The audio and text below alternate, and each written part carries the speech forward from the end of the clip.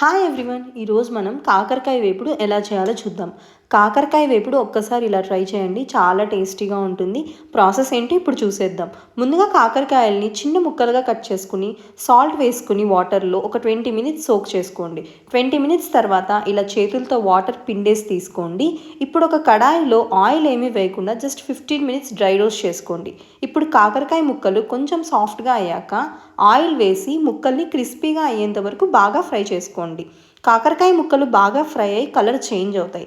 ఇప్పుడు 1 tea spoon పసుపు, 1/2 table spoon salt, 1 table spoon కారం, 1/2 టేబుల్ స్పూన్ ధనియాల పొడి, 1 టేబుల్ స్పూన్ ఎండు కొబ్బరి పొడి వేసి స్పైసెస్ అన్ని బాగా మిక్స్ చేయండి.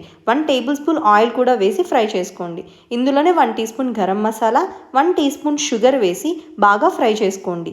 ఫైనల్గా కొంచెం కొత్తిమీర వేసి స్టవ్ ఆపేయండి. అంతే, ఈ కాకరకాయ ఫ్రై పైన క్రిస్పీగా లోపల సాఫ్ట్గా చాలా బాగుంటుంది. ఇలా చేస్తే పిల్లలు కూడా ఇష్టంగా తింటారు. Thank you for watching. Do subscribe to our channel.